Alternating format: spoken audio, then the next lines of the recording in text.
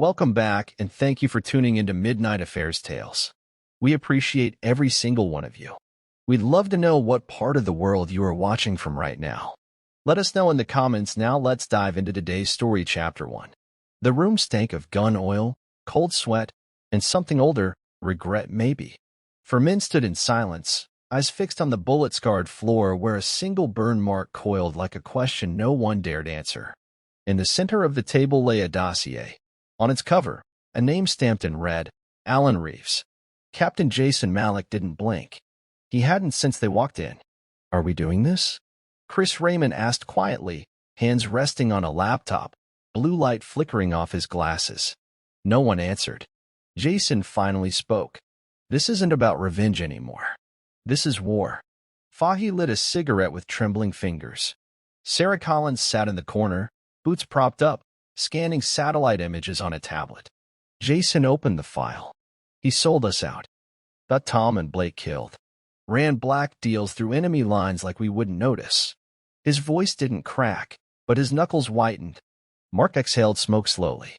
"He was one of us." "Exactly why it matters," Sarah muttered. "He knew what we swore to, and he spat on it." Jason turned the photo over. On the back, a note in sharp handwriting. "You shouldn't have come back." He smiled bitterly. "He doesn't know us anymore." Chris closed his laptop. "We have 96 hours before Reeves goes dark. After that, he's untouchable." Jason nodded. "Then we burn him down before he disappears." Outside, a thunderstorm cracked the night open. Inside, no one moved. The plan hadn't started yet, but the war already had. "Before we move ahead, I just want to say, your support truly means everything. We're building something special here, and our next big goal is reaching 10,000 incredible subscribers. If you're feeling the emotions in these stories, imagine what's still to come. Subscribe now, be part of this amazing journey, and let's keep growing together. Your one click can make a real difference." Let's continue the story. Before the betrayal, Jason Malik believed in things most soldiers eventually let go of: honor, loyalty, the idea that if you watch someone's back in a firefight, they'd watch yours at the end of the world. He wasn't some movie cutout hero. He was methodical, brutal when he had to be, and unforgiving of incompetence. But he had one rule: never leave your own behind. That rule got shattered in Kandahar. It was supposed to be a clean extract. Quick drop, info grab, evac in 12. What they walked into instead was a kill box, roads mined, rooftops crawling, comms dead. 2 soldiers never made it out: Tom Harris and Blake Wilson. Official report blamed it on intelligence failure. Jason didn't buy it. He didn't sleep for 3 days. He reread the mission brief 50 times. And somewhere in that chaos of logs, one thing stood out: a redirect in the SAT feed, manually approved by someone with clearance Jason hadn't authorized. He pushed. He filed shadow requests. He asked the wrong questions. Then the warnings came. A phone call from a blocked number. "Let it go, Malik. You don't know what you're in the middle of." A black car outside his apartment for 2 nights straight. Then came the transfer. Off the field. No explanation. Desk job in DC. Jason played along. On paper, he disappeared. In reality, he started digging. What he found would destroy everything he once believed in. 3 years before that night in the hotel room, Jason and Alan Reeves stood side by side in a blood-soaked alley in Mosul, covering each other's six while RPGs lit up the skyline. Reeves had taken shrapnel to the leg. Jason carried him 2 blocks on his back, firing with one hand the whole way out. That kind of bond doesn't break. It shatters. "You saved my life," Reeves said once, sitting on a rooftop during downtime. "Means I owe you. For real." Jason laughed back then. "Just return the favor." Reeves nodded. "Always." Back then, Reeves was sharp, fearless, and loyal, or so it seemed. The kind of guy who could shoot a hostage-taker through the cheek and still make it to poker night. But something changed. After Mosul, Reeves got more private. Cold. He started taking calls he wouldn't explain, disappearing during briefings. And he didn't flinch when Tom got hit in Kandahar. Just clenched his jaw and said, "Collateral." Jason saw the cracks too late. Later, combing through bank transfers, he found the first payment. $120,000 from a ghost LLC in Cyprus. Marked under consulting. Then more. Months apart. Cleanly spaced. Too perfect. It wasn't a mistake. Reeves hadn't turned overnight. He'd been turning for years. Jason stared at the last image in the dossier, Reeves shaking hands with a man on the U.S. terror watch list. Dated 6 weeks before Blake died. Jason didn't speak for a long time. When he did, his voice was flat. He's not my brother anymore. Kandahar was supposed to be simple. In. Secure. Extract. Out. That's what the briefing said. But the second their boots hit dirt, everything smelled off. Locals were gone. Windows shuttered. Street dogs wouldn't even bark. Jason clocked it instantly. Ambush setup. Reeves, confirm sat visual on point alpha, Jason ordered, his voice sharp in the comm. Reeves hesitated. Visuals clean, sir. We're good. They weren't. 10 minutes later, Tom took a round through the throat. Blake caught shrapnel from a hidden charge under the dirt road. Blood soaked into the sand as gunfire exploded from every direction. Jason pulled both men behind a crumbling wall, screamed for medevac that never came. They fought their way out anyway. Fahi's hands were shaking as he reloaded. Chris kept comms up by hot wiring an enemy transmitter. But Tom bled out in the back of the truck. Blake made it to base, only to die on the table. Jason filed the incident report personally, and something gnawed at him. Reeves had called the route clean, but later intel said the SAT feed was down. Jason reviewed the mission data. Timestamped logs showed something impossible. The coordinates had been rerouted from an outside source 30 minutes before boots hit the ground. Someone tampered with their mission, and that someone had to have clearance. Reeves had clearance. Jason didn't tell anyone. Not then. He needed more. But he stopped speaking to Reeves. Just nods and cold stares. Reeves didn't ask why. Maybe he already knew. Jason didn't believe in ghosts. But he believed in patterns. And the patterns didn't lie. Back in D.C., they buried Tom and Blake with full honors. Flags folded, rifles fired, medals handed to widows like payment for silence. Reeves stood beside Jason, wearing his dress blues and the same expression he'd worn in Mosul, calm, unreadable. But when the cameras were gone, Jason saw it. A twitch in the jaw. A glance over the shoulder. Reeves was nervous. He should have been. Jason started pulling strings. Quietly. Accessed old mission data from off-grid sources. Called in favors from 2 analysts who owed him. And finally, he found it. Deleted transmission protocol rerouted through a shell company registered in Dubai. Payment logs. Military route access. Encrypted burst of data 2 hours before the Kandahar ambush. And the clearance ID attached to it was Alan Reeves. Jason felt his chest freeze. Not rage. Not even shock. Just silence. A silence that came from knowing what you didn't want to know. He took the data to Sarah. Jesus Christ, she muttered, scrolling fast. This isn't a mistake. This is calculated. Jason nodded. He's been at it a long time. Sarah looked up. What do you want to do? Jason stared out the window. Rain tapping the glass like a ticking clock. I want to watch him fall. The ghost file wasn't meant to exist. It was the kind of thing scrubbed by 3 levels of intel sweepers before it ever saw daylight. But one man kept it alive. Sergeant Lewis, an off-the-books tech who'd owed Jason since Helmand Province, 2015. Lewis wasn't pretty. Missing 2 fingers, drank like a drain, but he knew how to survive inside systems that should have been airtight. He handed over the drive in a parking garage. No eye contact. No words. Just the cold metal pressed into Jason's hand and the warning. You open this. You better be ready to finish what it starts. Jason opened it that night in a locked basement using a laptop with no Wi-Fi. The first folder was called Kill List, Authorized Transfers. Names, locations, mission times, all cross-referenced with covert black market arms shipments and enemy movement data. All from missions Jason had been part of. And always, one common thread. Each file had an access code string embedded in metadata. Reeves/Alpha, or 13 every op. Every leak. Every death. The deepest folder had video. Body cam footage, never reported. Jason clicked play. It was Reeves, meeting a man in civilian clothes, face blurred by sun and lens flare. But the voice? Clear. We'll clear the squad. Just need time. Jason's hands tightened around the mouse until plastic creaked. Sarah watched beside him. That's the final nail. Jason exhaled. No. That's the match. She looked at him. He looked back. We don't bring this to command. We don't file a report. We don't play by their game. Then what do? Jason leaned forward. We end him. The walls of Jason's apartment were lined with red strings now, documents, photos, satellite grabs, bank logs. The kind of conspiracy board that got you flagged in federal systems. But this wasn't a theory. This was proof. Chris Raymond paced behind him, scrolling through a decrypted cache from the ghost file. It's all here. Payment routes, kill chain authorizations, even clearance pings tied to Reeves's ID. Jason didn't look up. He pointed to two photos side by side. One, Reeves in uniform.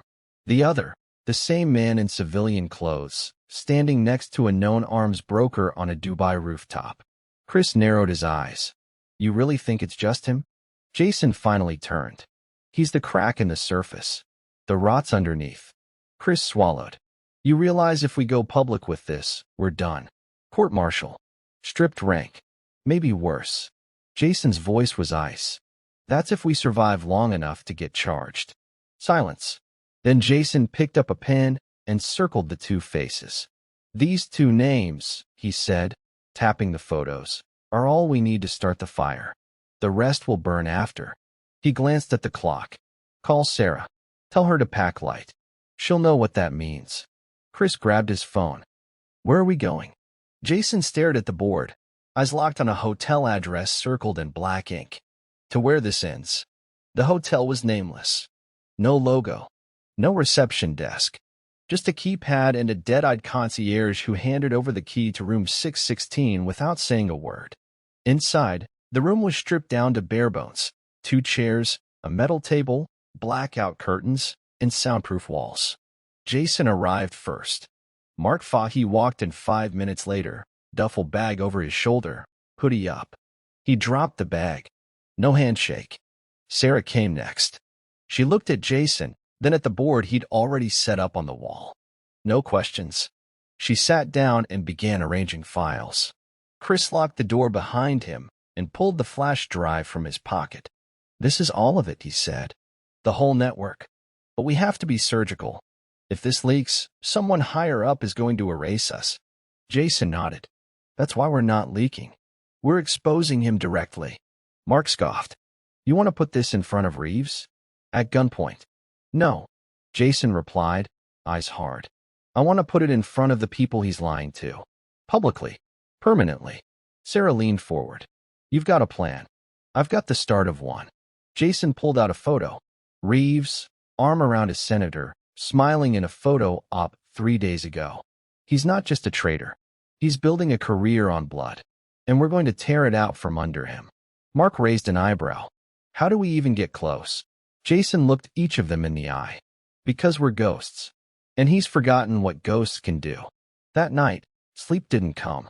Jason sat on the hotel balcony, boots on the concrete railing, watching the neon bleed across the wet street below.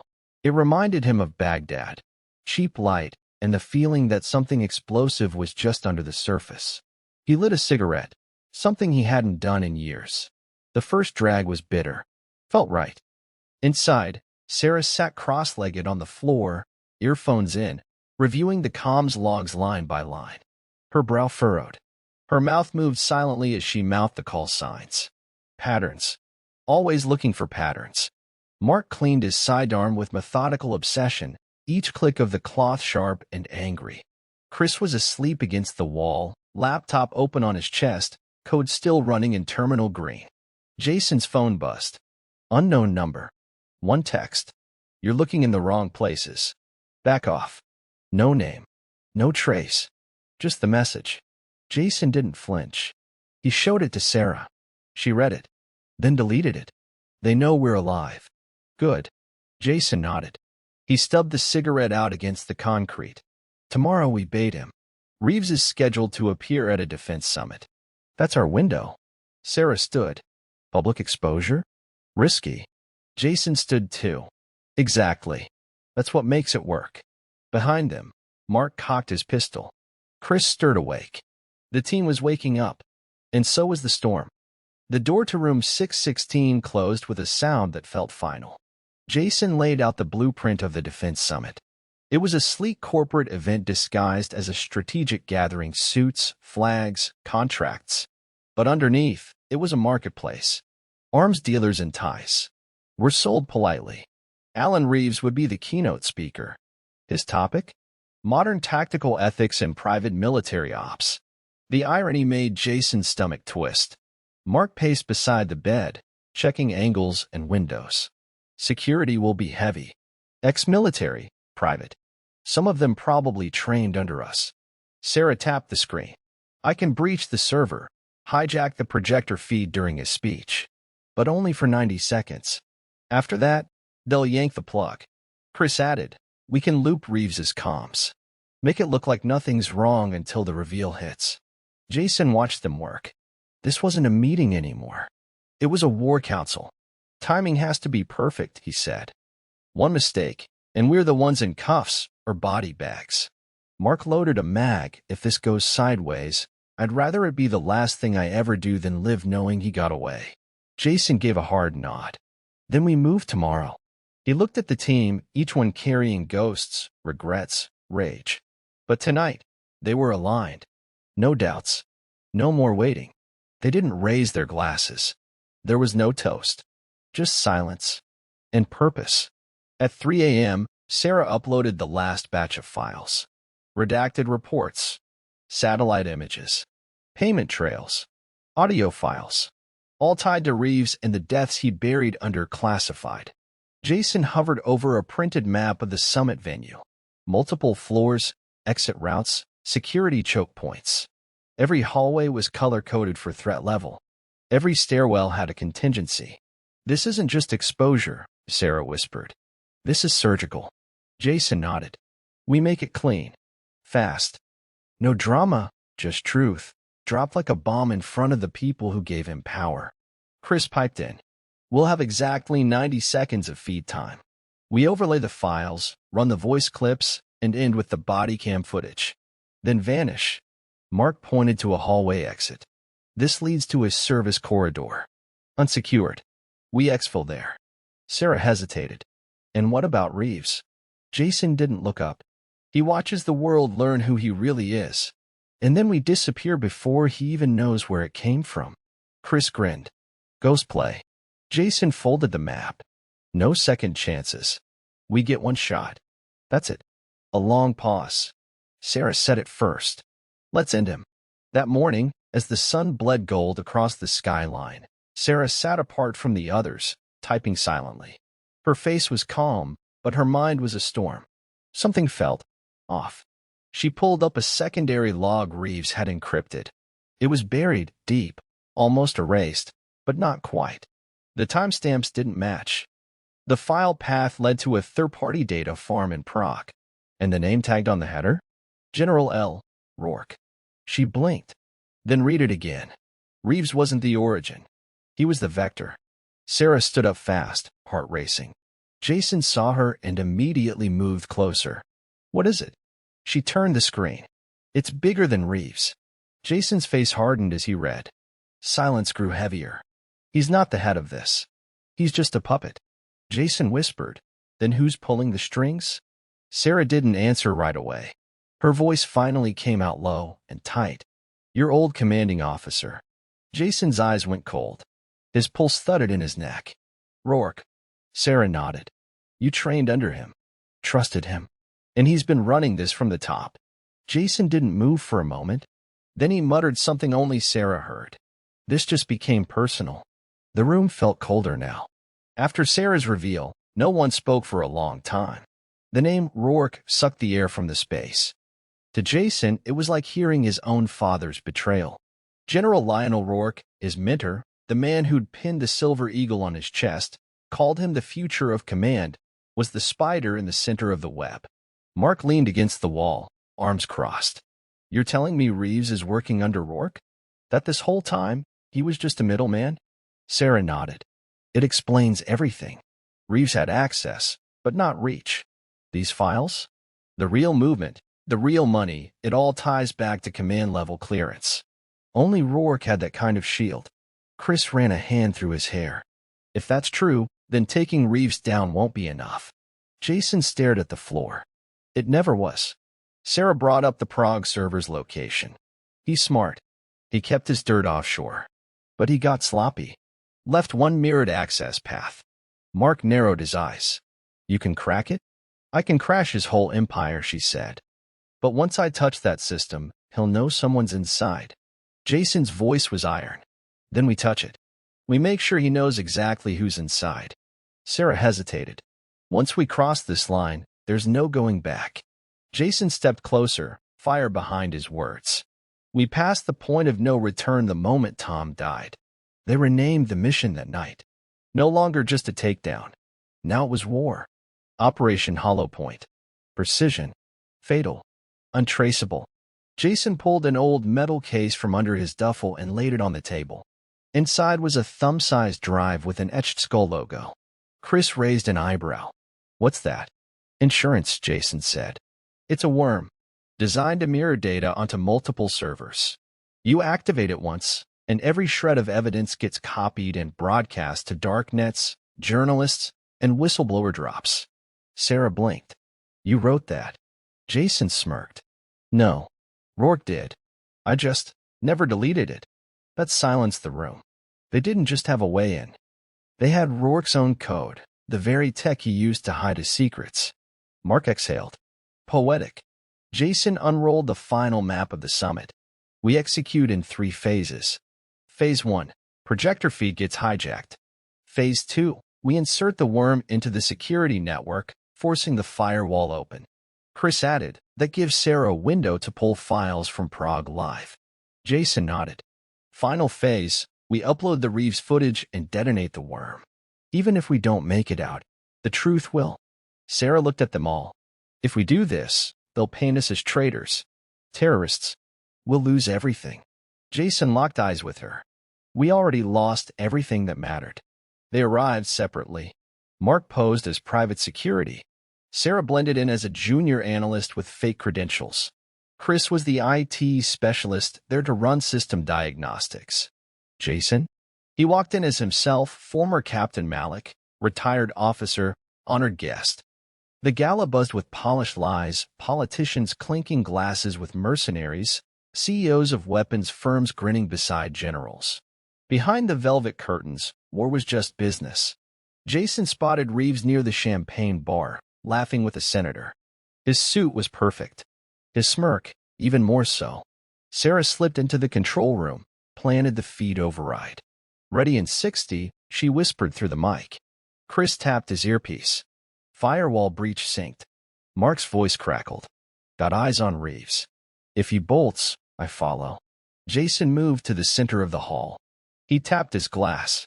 Ladies and gentlemen, he said, voice carrying across the room. I'd like to make an announcement. Reeves turned, expression stiffening. Jason continued, steady and calm. You know me. Captain Jason Malik. I served 22 years. Led Black Ops across 2 continents. Tonight, I want to share something about honor. About betrayal. A projector flickered on behind him. Photos. Documents. Kill authorizations. Account transfers. Gasps erupted. Then Reeves' voice played over the speakers. We clear the squad. Just need time. Chaos. Reeves shoved through the crowd. Mark moved in. In the control room, Sarah whispered, worm deployed. Rourke's system is bleeding. The crowd turned from Jason to Reeves, shocked, furious, cameras flashing. Jason said one last thing before walking off the stage. Now you know who he really is. The silence after Jason's mic drop was brutal. Reeves had bolted, but not fast enough. Mark intercepted him in the east corridor. No words exchanged, just a shove into a linen closet and a gun pressed to his ribs. Move, and you bleed, Mark growled. Back in the main hall, chaos had broken loose. Security scrambled. Phones were out, signals jammed. Guest whispered, Some ran, some recorded. And in the back corner, a pair of men in tailored suits were already on comms, not hotel staff. Jason spotted them. So did Chris. Extraction teams incoming, Chris warned through gritted teeth. These aren't private security, they're black ops. Copy, Jason replied. We're moving to phase 3 early. Sarah, exfil plan. Sarah's voice came through tight. Fire escape on the south wing. I've got the files and I'm deleting the backups. Mark's voice crackled again. I've got Reeves. He's bleeding scared. Bring him, Jason snapped. We need him alive, he's leverage. But then, the lights cut. Full blackout. Jason cursed. Backup power's on their side. Flashlights flickered. Footsteps pounded. Screams echoed from down the hallway. They're already here, Sarah said, her voice sharp. Jason, they came for you. Mark dragged Reeves through the fire door into a narrow maintenance hallway. The man was sweating hard now, stammering. You don't understand. Rourke won't stop, Reeves hissed. This is bigger than all of us. You'll die before this sees sunlight. Keep talking, Mark said, slamming him into the wall. I like watching you panic. Down the corridor, Jason and Chris moved fast. Sarah followed, backpack slung tight, one hand still on her laptop as it streamed the last data sets to offshore servers. Gunfire cracked behind them. Muffled but close. They're breaching, Chris said, breath hitching. Jason looked back once. No turning around. Not tonight. He spotted a fork in the hallway, left to loading docks, right to boiler access. Split, he ordered. Mark, take Reeves through boiler. Sarah, go with Chris. I'll draw them to the dock. Sarah froze. No, Jason cut her off. I'm not asking. She stared at him for half a second too long, then nodded, jaws set. Jason turned and ran, boots thudding. Behind him, the corridor exploded in motion, figures in black gear stormed the hallway, infrared beams slicing through smoke. One shouted, "We want Malik alive." Jason smiled darkly. Good luck. He drew his sidearm, ducked around the corner, and vanished into the dark.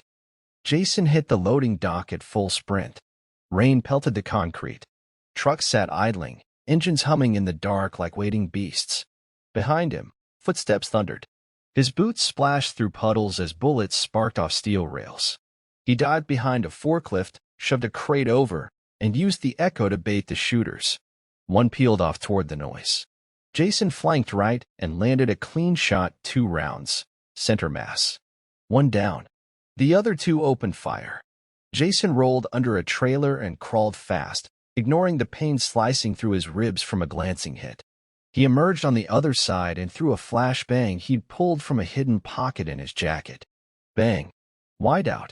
Screams. He moved like instinct precision under pressure. The way Rourke had taught him, ironically. As the light faded, he sprinted up the stairwell beside the service truck. At the top, he pulled the fire alarm.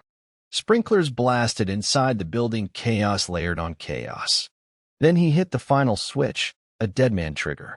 The backup servers Sarah had prepped would now dump every document Reeves had tried to hide onto darknet mirrors. 20 countries would have the files in under 5 minutes. Jason stepped into the rain, breathing hard. He wasn't just fighting anymore. He was ending it. It was supposed to be over. They had the files. The broadcast. The damage was done. But the headlines didn't read, "Hero Captain Exposes Corruption."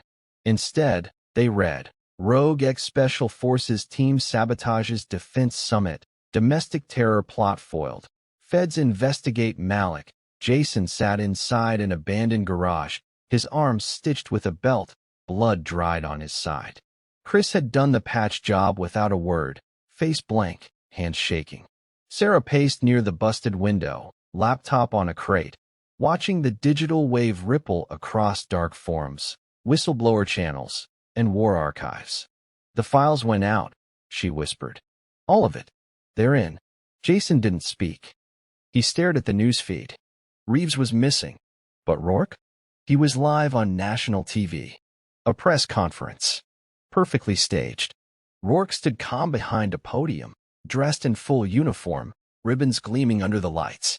"We are investigating a dangerous group of radicals, former officers, now disavowed, led by Jason Malik. They've released sensitive military data, putting global operations at risk. Jason's fist clenched. He just flipped the script. Chris muttered, "We're not heroes. We're targets." Sarah's voice hardened. "Then we move. Fast. Before they start hunting families." Jason stood slowly. Pain sharpened his focus. "We go underground. We wipe everything. And then we pull Rourke out from behind the curtain." Mark finally spoke from the shadows. "Let's finish what we started." They were located before sunrise. A safe house outside Baltimore, bare walls, a radio, no tech. Jason didn't sleep. None of them did.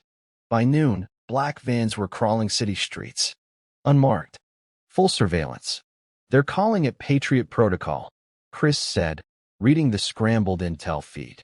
"New domestic response unit created overnight. Headed by someone on loan from CENTCOM." Sarah read over his shoulder. "Code-named Valkyrie." Jason knew that name.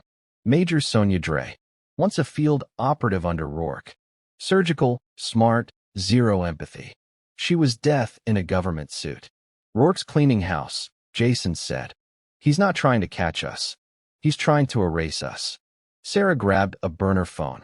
"I have one contact left, intelligence watchdog. Used to work deep in D.C. If he's still breathing, he can crack the case open from inside." Jason nodded. "Reach him. Quietly." Chris paused. "And what if we get caught?" Jason didn't hesitate. "Then we go down making sure they choke on the truth." That silence returned. The kind only comes when people know the next step might be their last. Then Sarah looked up. "I've got a signal. He'll meet us." Jason's voice was low. "Where?" She answered slowly. "Arlington. The War Memorial." The War Memorial was bathed in soft amber light. Rows of names carved in cold stone. Silence hung over the place like respect or warning. Jason stood in a black hoodie, cap pulled low. Sarah and Chris stayed back, eye scanning. A man approached, tall, gray coat, slow steps. Jason knew him, James Ryland, former CIA signals chief. Retired. Quiet. Dangerous in the way men are when they know exactly how deep things go. "You shouldn't have called," Ryland said without stopping. "They're watching everything." Jason matched his pace. "Then talk fast." Ryland exhaled. "Rourke's using a black archive protocol. Means the evidence you leaked? They're erasing it as we speak. Servers, news outlets, even the darknet. By morning, it'll be gone." "We made mirrors," Jason said. "They'll get to those too. They've released a ghost patch, auto-scrubs metadata, flags re-uploads, burns accounts." Jason clenched his jaw. "You worked with him. Why are you helping us?" Ryland stopped walking. His voice was flat. "Because Rourke ordered a strike on one of our own stations. Killed 7 of my team. Buried the footage. Told me to keep quiet." Jason stared at him. "So what now?" Ryland handed him a hard drive. "This is my proof. You want to bury Rourke? This is the kill shot. But it's radioactive. Anyone caught holding it won't make it to court." Jason took the drive. "I'm not looking for court. I'm looking for justice." Ryland nodded once, then turned and disappeared into the shadows. As Jason walked back, Sarah asked, "Is it real?" Jason looked at the drive. "It's the bullet. Now we need the gun." Back at the safe house, the team sat around a busted dining table. The room was quiet except for the sound of a fan ticking offbeat and Jason's voice as he laid it out. "This is our last move. No backup. No time. Just us, this drive, and the one window we can crack." He plugged Ryland's hard drive into a secure offline laptop. It loaded like something cursed, black background, red interface. Files unfolded like petals, satellite footage, financial routing codes, intercepted orders. Sarah whispered, "My God." Chris stared at a live video file, grainy, timestamped, tagged classified. It showed a remote base overseas. Then flashes. Screaming. Fire. Civilians running. Then Rourke's voice on a comm. "Engage full burn. Witnesses are not assets." Jason spoke without emotion. That's what he is. A man who orders hits on his own people, lies to nations, and smiles in interviews. Mark leaned forward. "So what's the play?" We call it Red Echo, Jason said. We infiltrate the defense network core. Every major government system updates from it. We inject the video there. They can scrub surface servers, but not the core mirror. Chris rubbed his face. That's suicide. That building's a fortress. Sarah nodded. But we can ghost in during the midnight security patch. That's the hole. After that, the door shuts forever. Jason looked around the table. Everyone in? No hesitation. Mark, Sarah, Chris, even Raymond. Jason exhaled. Then we hit them where they think they're untouchable. They needed a way in. And that meant a key card from someone inside. Chris tracked a network engineer named Greg Madsen, mid-level clearance, access to the core, and a habit of taking the same walking route every night in DC. Mark and Jason tailed him from a distance. No intimidation. No gunplay. Just a quiet bump near an alley and a fast clone swipe with a mobile skimmer. Got it, Mark whispered, handing Jason the clone. Jason watched Madsen walk away, clueless. Poor bastard. Has no idea what he almost helped destroy. Back at the safe house, Sarah decrypted the protocols tied to the keycard. Layer after layer peeled away. Then she paused. What is it? Chris asked. Sarah's voice dropped. There's a dead code here. Something Rourke embedded to auto-trigger a security lockdown if any file over 256 megabytes hits the system. Chris cursed. And that video file is over 400. Jason looked at her. Can we bypass it? Not without someone inside to manually override it during injection. Jason was quiet. Then, I'll go in. Solo. Sarah's head snapped up. Absolutely not. You're the only one who can run the upload. Chris covers extraction. Mark's our lookout. I'm the only one who can stand inside that system and pull the lever. She didn't argue. Not right away. Because she knew he was right. That night, as the others slept in shifts, Mark sat outside under a leaking gutter, cleaning his pistol for the 5th time. Jason stepped out, hands in his jacket pockets. You good? Jason asked. Mark didn't look up. Do I look good? No, Mark chuckled dryly. Then after a long pause, I knew about Reeves. Before Kandahar. Jason stopped cold. What? Mark's eyes didn't meet his. I didn't have proof. Just a feeling. Saw him take a call before that mission. It didn't sit right. I logged it, but I didn't report it. Jason stared at him, stunned. I told myself I was being paranoid, Mark said. But when Tom and Blake died, I knew, and I kept my mouth shut. Silence stretched out like a wound between them. Jason sat down beside him, wet concrete soaking through his jeans. You blame yourself? Mark's voice cracked. Every day. Jason said nothing for a moment. Then, so do I. The confession didn't fix anything, but it settled something unspoken. Mark looked over. Let's make sure we don't have to live with one more name. Jason nodded. Tomorrow, we finish it. They were 24 hours out from the Red Echo hit. The safe house was stripped of anything personal. Phones smashed. Drives wiped. Each team member wore black utility gear. Minimal. Efficient. Silent. Chris finalized the upload module, a rigged USB with a mirror bomb. If unplugged mid-transfer, it would destroy the payload. Final integrity check complete, he said. We're good to go. Sarah looked up from her terminal. Building patch update starts at 2 o'clock hours. We breach at 1:47.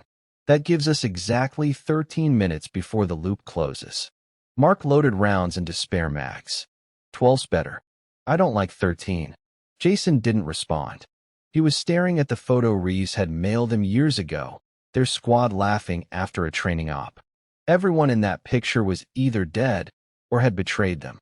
He folded it once and slid it into his jacket. No speeches, no rallying cry, just a final check of gear, comms, and eyes that said what no one dared to speak aloud. If we go down, at least we go down fighting. They hit the defense core exactly on time. Sarah and Chris infiltrated the security checkpoint using cloned credentials. Jason and Mark moved in through sub-level maintenance shafts. Every second was timed. Every hallway memorized. At 1:52, Jason entered the server chamber. Cold. Blue lights blinking like a digital heartbeat. He approached the mainframe. Slid the USB in. Transfer started. 1%. In the observation booth above, Sarah and Chris monitored from the access node. All clear. Until it wasn't. Motion alert. Sector D. Chris froze. We've got company. East corridor. Jason kept his eyes on the bar. I need 7 more minutes. Then a voice cut in through their comms, sharp, amused, and impossible. That's enough, Captain Malik. The lights shut down. Emergency strobes kicked in. Rourke. Live in their comms. Watching. Listening. Sarah's screen turned red. Override detected. Kill switch activated. Jason shouted, "No. Hold it." Then Reeves walked into the server chamber. Alive. Armed. And smiling. Jason blinked. How? Reeves raised his pistol. You really thought Ryland acted alone? You're not the only one who can stage a leak. Jason's heart sank. Ryland was a plant. Reeves nodded. You've been moving in a circle we built for you. Sarah's voice screamed in his ear. Abort. It's a trap. But the door locked. Jason was sealed in. And the files were fake. Panic gripped the team. Sarah tried overriding the firewall again, but the system was now running a reverse protocol, tracing their entry, logging their biometrics, and feeding it all back to Rourke's intelligence cell. We have to pull him out, Chris said, yanking the tablet free. We can't, Sarah said, breath tight. The chamber's on a dead man lock. That's military grade. Nobody's breaking it from here. Mark was already moving. I'll go around. Try to breach from below. Jason, locked in, stared down Reeves. You really want to die in here with me? Reeves smiled. Who said I'm dying? He lifted a small device from his pocket, a remote detonator. This whole building goes if I hit this. Jason didn't flinch. You're bluffing. Reeves shrugged. Rourke wants the data erased, and you with it. Clean. Surgical. Then pull the trigger, Jason growled. Reeves paused, and that's when Jason launched. They crashed into the server rack, sparks flying. The detonator skittered across the floor. Reeves pulled a blade from his boot, slashed toward Jason's throat. Jason blocked, drove his knee into Reeves' ribs. Jason grabbed a loose power cable. He jammed it into Reeves' chest. Electricity surged. Reeves convulsed, body locking, then collapsed. Smoke. Silence. Jason panted, bleeding, and crawled to the detonator. He pressed cancel. The counter stopped at 003. Above, Sarah cried out. Jason, talk to me. He grabbed the comms. Reeves is down. System's real. Files were bait, but I've got his device. It's got the real data. Sarah sobbed in relief. Then Rourke's voice returned, calm as ever. Impressive, but now you've made it personal. Jason stared into the blinking lights of the server chamber. Good, he whispered. Let's finish this. Jason stumbled out of the server chamber, half limping, half dragging Reeves' scorched body by the collar. His arm was bleeding again, the gash on his side reopened from the fight. But in his left hand was the prize, Reeves' device, blinking red with a new transfer screen. Data integrity, 96%.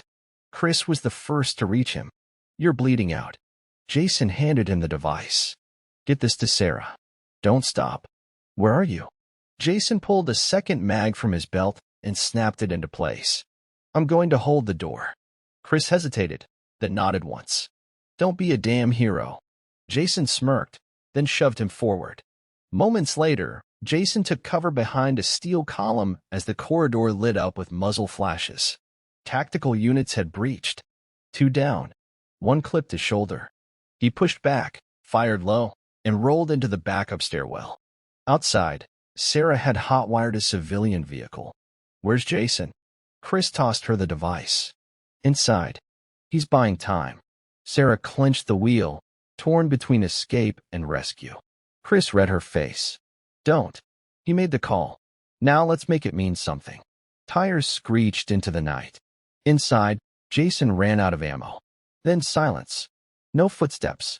Only the cold, mechanical voice over comms. This isn't the end, Malik. You're only alive because I want you to be. Jason spat blood onto the floor. Then you're not half the killer you think you are. Back at a hidden safe house in Pennsylvania, Sarah connected Reeves' device to a quarantine system. The screen flared to life. It wasn't just files. It was a map.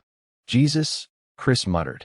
The device had real-time logs of Rourke's operations, black sites, off-book strikes, puppet governments. Even internal memos, voice messages, kill contracts signed with initials. Sarah pulled up one email chain. It was dated 2 years ago. From L. Rourke to Reeves A. Let him think he's in control. When the time comes, we frame him as the leak and burn him. Then we own the story. Chris exhaled slowly. They were going to kill Reeves too. Everyone's disposable to Rourke, Sarah said. Even his own. She opened a satellite ping. It tracked an airstrip in the Balkans. A private jet, schedule filed under diplomatic clearance. Rourke's leaving the country, she whispered. He knows we have the files. Chris frowned. We can't stop him from here. By the time this hits public servers, he'll be in a country with no extradition. Sarah's eyes narrowed. Unless we upload and confront him before Wheels Up. Chris blinked. You're talking a direct intercept? She nodded. Retime drop. Force him into the spotlight while he's still in uniform. He looked at her, deadly serious. You'll need Jason. She stared at the screen a moment longer. Then we bring him back. Jason woke in a Meb, clean but dim. Not military. Not safe.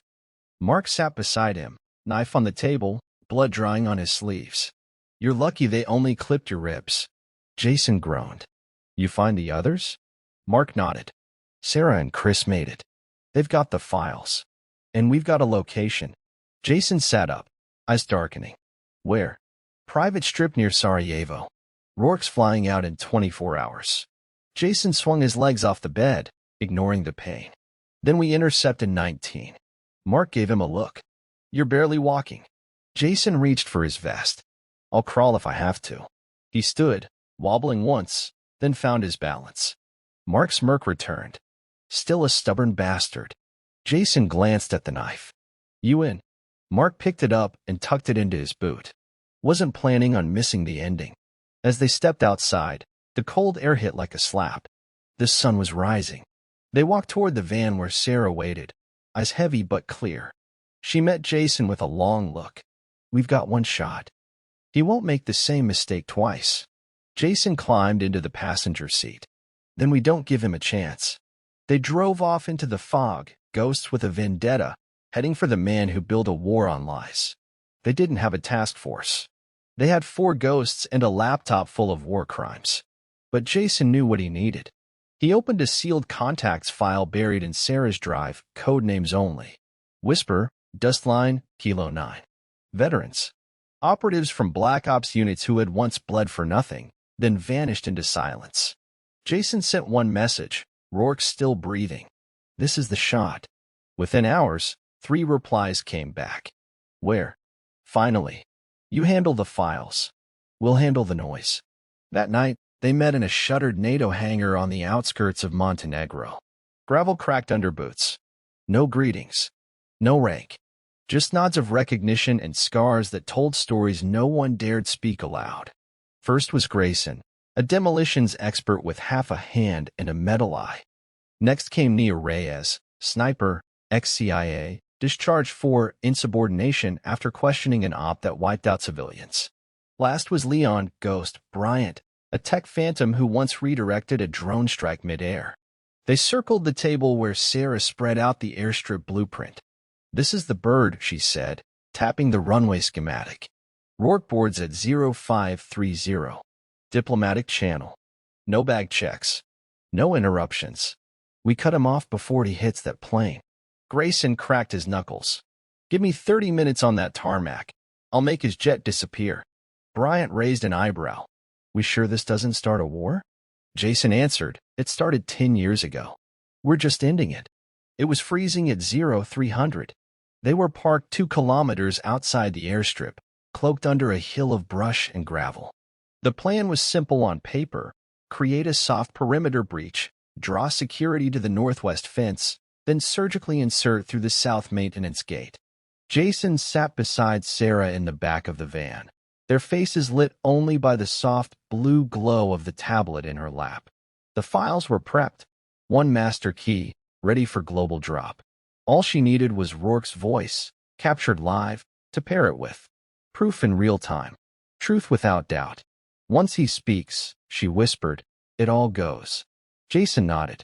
Then he glanced at her, longer this time. You know, if this goes bad, she cut him off. Then we make it count. They shared a quiet look, the kind that meant more than any goodbye. Outside, Mark did one last gear check. Reyes snapped her rifle into place. Grayson wired his satchel. Bryant tapped into the drone feed overhead. Guards just shifted, Bryant reported. Northwest draw successful. We've got 4 minutes max before they rotate. Jason took one last breath. Move. The fence cut like paper under Grayson's blade. The team slipped through, hugging the wall, footsteps light, shadows moving with purpose. Rourke's jet loomed in the distance, sleek, silver, untouchable. 2 guards flanked the loading ramp.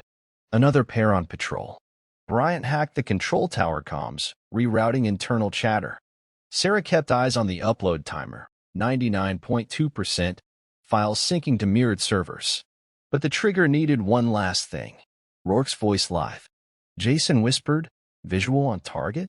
Reyes answered, voice comm. Negative. Plane still sealed. Then a flicker, movement near the private terminal. Rourke. Gray suit.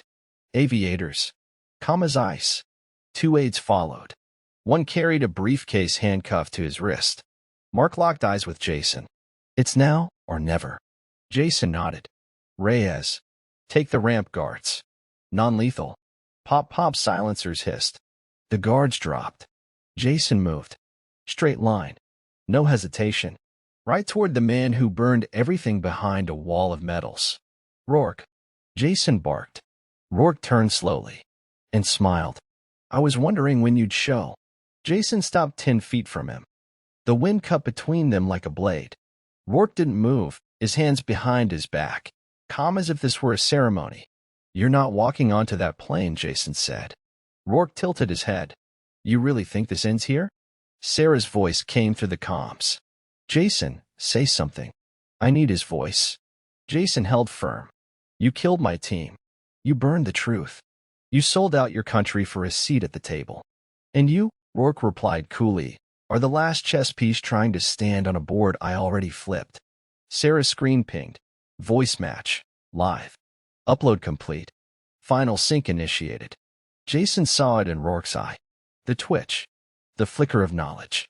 You uploaded. Jason gave a small nod. Every corner of the world. Every screen. Every name you tried to erase. Rourke stepped forward, just slightly. You know what happens now. Jason pulled back his jacket, revealing his sidearm. We finally balanced the scale. And then the drone overhead locked onto Rourke's plane. Armed. Target painted. Jason said 2 words into his comm, ended. There was a heartbeat of silence after Jason's command. Then thwomp. The drone's missile streaked down from the sky like a judgment. A sharp, controlled burst. The nose of Rourke's jet vanished in fire and shrapnel. The ramp crumpled, flames billowing into the night. Security teams panicked. Jason didn't flinch. Rourke spun, ducked, grabbed the briefcase from his aide, then ran toward the secondary hangar. Move, Jason shouted. He's bolting. Reyes fired, missed by inches. Mark sprinted past the flaming wreckage, cutting Rourke off at the hangar door. Rourke turned on instinct and raised a pistol crack. Jason fired once. Rourke's arm jerked, bullet grazing him, dropping the weapon. He staggered back, wide-eyed. This is what you came for? He spat, blood on his teeth. To kill me like a thug in the dirt? Jason stepped closer, gun still raised. No. To let you see everything crumble before you die. Behind him, Sarah's voice cut in. Upload confirmed. Every global network pinged. It's out. Forever. Rourke looked up. Not angry. Just empty. Then he laughed. Hollow. Shaky. You think this ends with me? Jason's hand tightened on the grip. No, he said. But it ends with you tonight. When it was over, the team regrouped behind the south hangar. Sarah's hands were trembling as she pulled her tablet from her vest. All over the screen, alerts, headlines, articles exploding in real time. Leaked files confirm Black Operations General Lionel Rourke under investigation for war crimes. Pentagon scrambles as evidence spreads across global channels. Chris stood by the blown-out fuselage, staring at the orange sky. We just pulled the pin on a nuclear truth. Mark said nothing. He watched the flames burn, as if waiting for a ghost to rise. Jason stepped out of the hangar, gun lowered, face unreadable. "Rourke's dead," he said. "It's done." Sarah looked at him, voice soft. "Are we?" Jason didn't answer. Instead, he walked to the edge of the field, looked out at the dark ridgeline beyond the runway. The weight of everything pressed down in that moment. Reeves, Tom, Blake, all the fallen. And then he dropped his sidearm into the dirt. "Let it stay buried with everything else. Let's go," he said. "We're not ghosts anymore." The fallout wasn't quiet. By morning, headlines had replaced denials. Governments distanced themselves. Investigations were launched. Rourke's name vanished from every active record, but the files were now archived by watchdogs, journalists, and truth committees.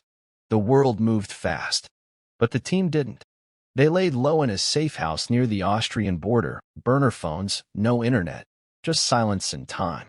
Chris sat by the window, staring at nothing. Reyes paced the hallway, cigarette burning to the filter. Sarah closed her laptop.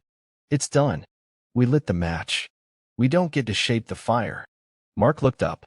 "And what happens to us?" Jason leaned against the wall, arms crossed. "They'll hunt us. But not now. Not yet. Right now they're too busy trying to rewrite their own lies." Sarah asked, "Do you regret it?" Jason shook his head. "I regret waiting this long." A long beat passed. Then Mark said it, quietly. "We did what needed doing." Jason stood. "And now we disappear." They parted at dawn. No goodbyes. Just quiet nods and a single shared truth. They changed something no one else dared touch. Jason headed north. He crossed into the mountains on foot, no trace, no name. Reyes left with a forged passport. Somewhere warm, somewhere far. Chris disappeared through a contact in Lisbon, vanishing into the hacker underground. Sarah stayed in Europe. Built a dead drop network. Began feeding other whistleblowers voices who couldn't speak for themselves. Jason moved through ghost trails and gravel paths, always alone, always alert. But he wasn't running. He was watching. Until one day, deep in a mountain village, he picked up a paper from a store window. No headline. Just a quote, printed quietly under a photograph of Rourke. "The truth is never clean. But it never dies either." Jason smiled faintly, then walked on. 2 weeks later, the world hadn't burned, but it shifted. Governments issued statements. Leaders denied knowledge. Hearings began. Flags waved in protest. And somewhere in that storm of noise, the names of Tom and Blake were finally spoken in the right rooms. But the team? They were ghosts again.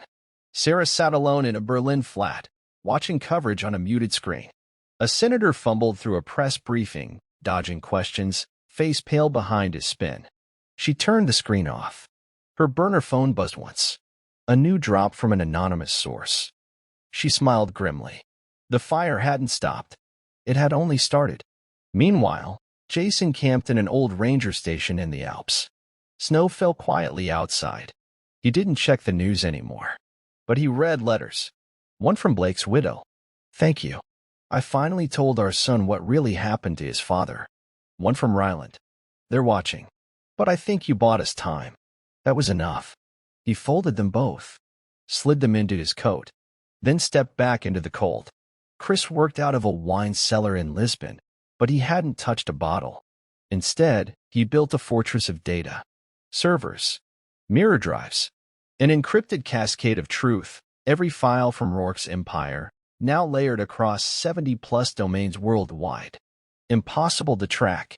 Impossible to erase. But it came at a cost. His name was flagged. His passport revoked. Friends vanished. A price was put on his head in 3 countries. He stayed hidden. Until one night, a teenage journalist from Argentina sent him a message. "Because of your leak, my father was freed. He was in one of the camps. I thought he was dead." Chris stared at the screen for a long time, then added one more line to the network's firewall. Truth deserves armor. And it sinned. Spring broke over Arlington with sunlight and quiet wind. No press. No parade. Just a man in a jacket and jeans placing a hand-carved wooden plaque under a tree. No inscription, only initials burned into the grain. TH and BW loyalty lives longer than silence. Mark stood behind him, hands in his pockets. You didn't have to come back here. Jason shrugged. Someone should. Mark looked at the trees swaying overhead. They ever say your name on the news? No, Jason replied. Good. They stood there in silence. Then Mark asked, What now? Jason answered without looking up. Now we watch. And we wait. Because people like Rourke don't die in the dark. They breed in it. Mark gave a half-smile. Then let's keep cutting the lights. Back in Berlin, Sarah walked along the Spree River, passing families, vendors, tourists unaware of the digital war still burning behind their screens. She paused at a bridge, pulled out her phone, opened a recording. Rourke's voice, low and cold, engage full burn. Witnesses are not assets. She didn't play the whole clip. She didn't need to. The world had already heard it. A man beside her leaned over the rail, glancing her way. Hell of a thing, that leak. Sarah didn't reply. He smiled. Some say you save lives. Others say it's chaos. Sarah tucked the phone away. Sometimes chaos is the only honest thing left. She walked on, leaving the man to stare after her, unsure if she was a stranger or a storm in human form. He should have known. Jason was splitting wood behind a quiet farmhouse in northern Italy when he saw it, an unfamiliar silhouette at the tree line. Military stance. Civilian clothes. Eyes too alert to be local. Jason dropped the axe. The man stepped forward slowly, hands visible. I'm not here to arrest you. Jason didn't move. Then say why you are. Langston, the man said. Department of Internal Intel. Quiet branch. We buried Rourke's file, but not his reach. Jason crossed his arms. Get to it. Langston sighed. There's still one operative left from Rourke's chain. She disappeared after the summit. We believe she has access to a blackmail protocol. Hidden files, dead man switch.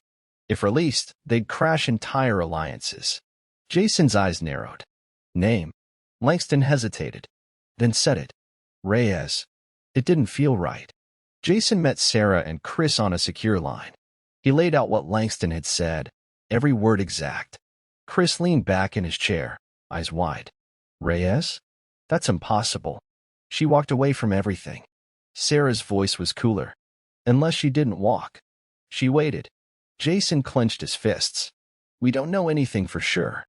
But if she's out there holding a dead man file, we can't ignore it. Sarah nodded slowly. Where was she last seen? Jason opened a map. Marseille. 2 weeks ago. Vanished after a meeting with an arms broker. Chris added, if Reyes built her own insurance, it's smart.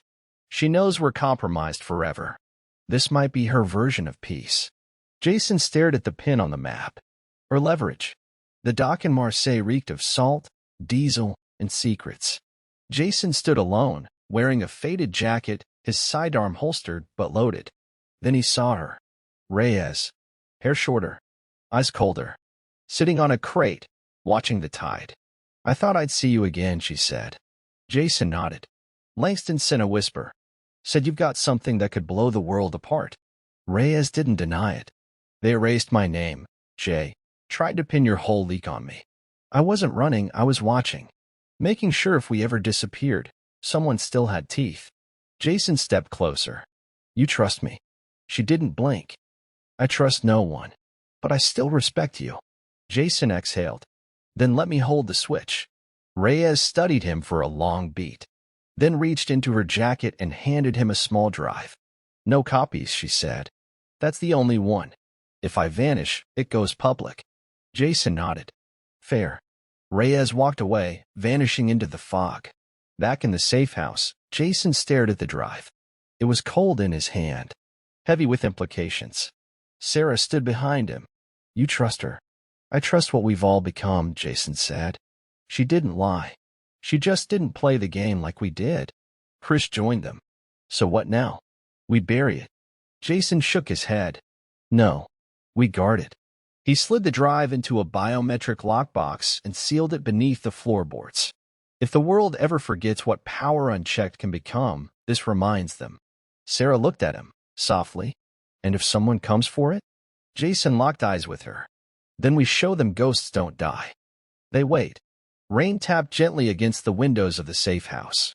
Jason sat alone at the kitchen table, nursing a mug of black coffee gone cold.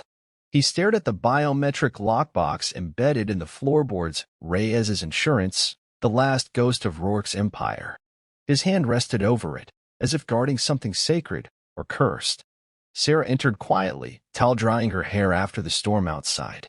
She poured herself a mug, sat across from him, and studied his face. "You haven't slept." Jason gave a faint nod. "Didn't feel right to." "Because of the drive?" she asked. "Because of everything," he replied. "We exposed monsters. But that doesn't make us clean." Sarah sipped her coffee, then leaned in. "You think doing the right thing should feel lighter than this?" He met her eyes. "No. I think doing the right thing means carrying the weight of it. Every day." Outside, the sky cracked open with distant thunder. Sarah set down her mug. "There's a cabin in Finland. Off-grid. No roads. No signals. You could disappear for real." Jason smiled faintly. "You suggesting I vanish?" "I'm saying you've earned peace," she said softly. He didn't answer. Not right away. Instead, he pulled out a small photo, the old squad, before Kandahar. All smiling. Tom with his stupid sunglasses. Blake flashing a peace sign. "I just want to know it wasn't for nothing." Sarah reached across the table, gently tapped the photo. It wasn't. The sun broke through gray clouds as Jason walked down the mountain trail with a folded piece of paper in his coat pocket.